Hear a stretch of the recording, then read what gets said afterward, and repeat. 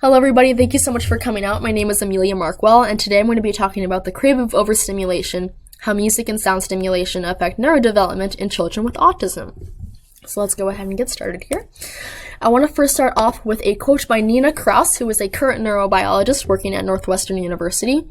And she states that, for better or worse, sound shapes your brain and how you learn. And I could not agree with this more. As you walk around the Missouri University of Science and Technology campus on any given day, you'll notice the exquisite architecture and prospering campus as engineering students walk to and from their classes. The campus is home to almost 2,500 academically stellar students attending one of the country's hardest engineering schools. Scholars travel from Toomey Hall to buildings such as Schrank and Norwood via foot, skateboard, bike, or any other homemade engineering device. No matter the creativity of transportation choices, the students walking the class almost all have one thing in common. Nearly all of them are wearing earbuds. Now, this may be due to the fact that technology has developed over the past decade and we can now transport our music more conveniently. But what scientists are looking into is much more profound. While this may just be considered a way to pass time on their traveling routes to class, one will notice that the earbuds don't just get taken off when entering the building. Students wear them at home, in the classroom, at the library, with or without music playing on one or both ears. And you may be thinking right now of a student of yours or a professor of yours who, when you look at them, they just constantly have those earbuds in, and perhaps that's even you. Because even without music, just having the headphones over the head or AirPods in the ears could be comforting. The music and sound coming from devices as simple as headphones could be more valuable to the next generation than we know, especially to those who suffer from autism. With a definite return on investment, the school definitely prides itself on being one of the top job placement universities in the state. So I can't help but wonder if the sound stimulation circulating campus has anything to do with the extreme success rate of the university.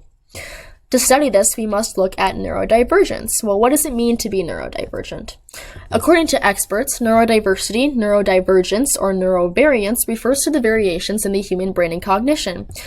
So for instance, in sociability, learning, attention, mood, and other mental functions.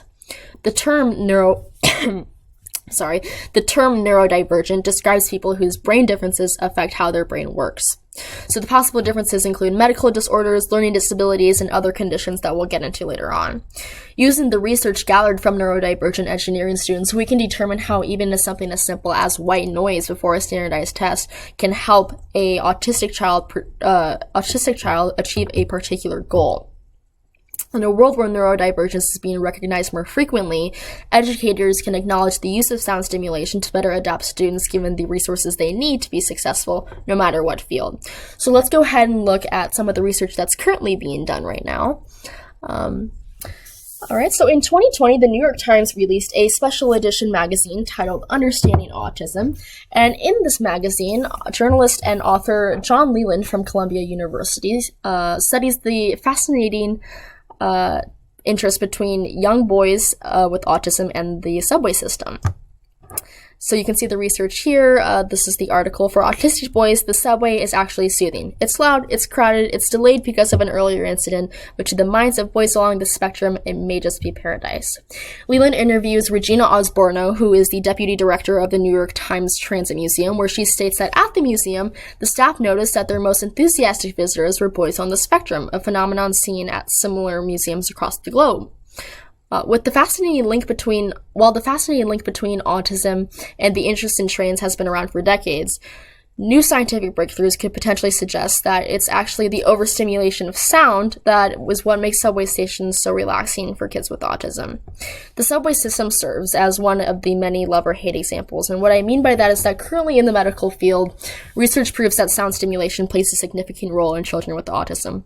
We know that they crave certain overstimulation of sounds, but also can't stand to be around other certain sounds, and they're willing to express that, as you can see in these photos, only we don't know why. And so let's talk about some interesting statistics here. In the summer of 2022, the Summer Bridge program titled Hit the Ground Running at Missouri University of Science and Technology found that 47.4% of the program students reported being diagnosed as neurodivergent or believing themselves to be neurodivergent in the absence of a formalized diagnosis.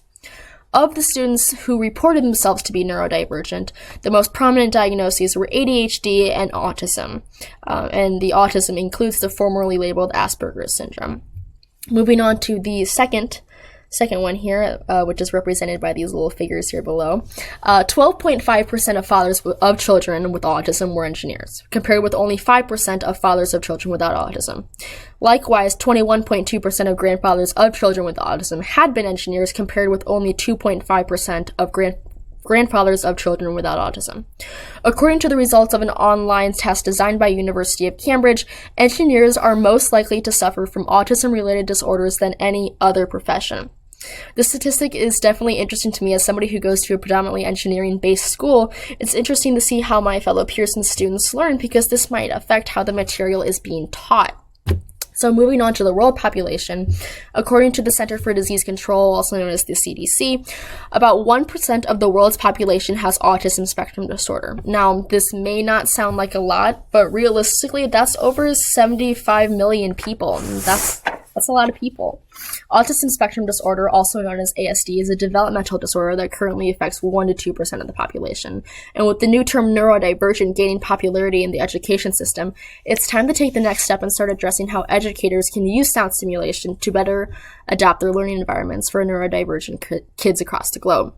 Sebastian Ottomeyer's 2018 study went to show how children with autism spectrum disorder have unstable neural responses to sound. Using click technology and FFR, also known as frequency following response, Meyer's team was able to conclude that further research needs to be done to better characterize the FFR in children with ASD and other disorders to determine its possible clinical applications. These clinical applications can be beneficial from infancy to even here on a college campus. With research and observations, I believe that the next natural voice in conversation can consist of ways to better our schools and classrooms, one child at a time. Alright, so let's look at some research continued. I want to go back to the potential. So 3.5 million people in the US alone have been diagnosed with ASD. This is not including those who either one don't realize they have it, or loved ones and caretakers who perhaps don't realize that their child or loved one is struggling from ASD. And so this statistic right here does not account for that. Even though it says 3.5 million, the statistic is going to be higher. Number 2, sound therapy. This form of sound stimulation contributes heavily to the topic. This is a new form of sound stimulation that has recently been on the news, and it helps us do number 3, which is understanding the brain. It's important to note that we all learn differently.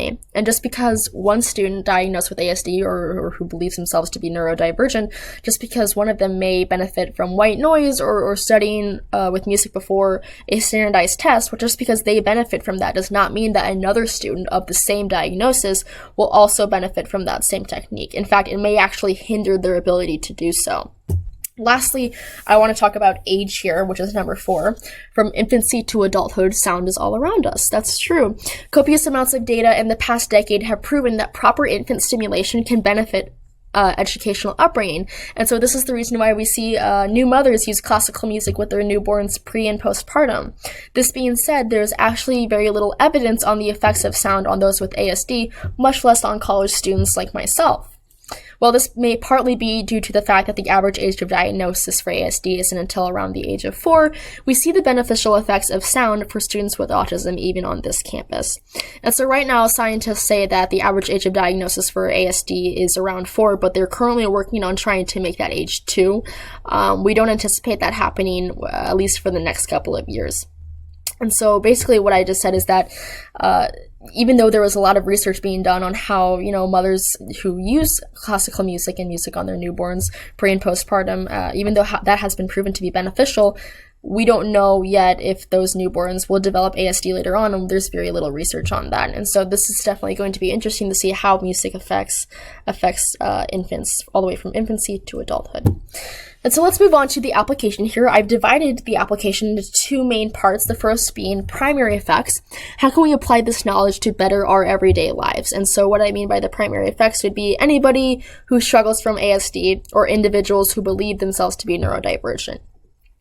This also includes family members, loved ones, caretakers who are caretaking of a person who has autism. Secondary effects would be how to better understand sound simulation, how it affects autism, and then applying that in the classroom. And so to teach the next generation, educators must first understand how we learn. Researchers have proven music and sound to have an extreme effect on students' learning and ultimate success. And using the research gathered from neurodivergent engineering students, we can determine how education achievement actually correlates with sound stimulation, as you can see right here. And so I want to take away something, and that is that as a student of the country, one of the country's hardest engineering schools, I want to see nothing but success for my fellow peers and students. The results of sound stimulation would benefit not only those worldwide, but students on this very campus. If almost half of the scholars at a university identify themselves to be neurodivergent, then the most logical and beneficial action that the school can take is to learn how to better educate their students in and out of the classroom. With technology advancing in the world, sound and music will not only become better quality, but more readily available to us as students within just the next couple of generations. According to Autism Speaks, people who are hyposensitive may engage in sensory seeking to get more sensory input from the environment. So, for example, people with autism may stimulate their senses by making loud noises. Having unique sensitivities to certain types of sensory input can create challenges in everyday situations like school, work, or community settings. Professionals are already researching how to indicate a need for problem solving within the community, and by examining and breaking down the science behind these phenomena, educators can better understand how to adapt their classrooms to fit each individual's needs. It is up to us to realize that when the classroom holds students of a specific major, career, or learning style, acclimation is needed. In the technologically advanced world that we live in today, it's almost impossible to escape the sound around us. I'm sure that you can relate to even using music to study or putting on a podcast or driving to the radio on your way to work. Sound is literally all around us. The scientific effects that neurotypical people take for granted could potentially prove to be more beneficial than we know to our autistic peers and cohorts, and that's what I want you guys to take away. Thank you so much for coming today. If you have any questions, please don't hesitate to email me at this address below, and I've also linked my social handle down below. Thank you so much. Bye-bye.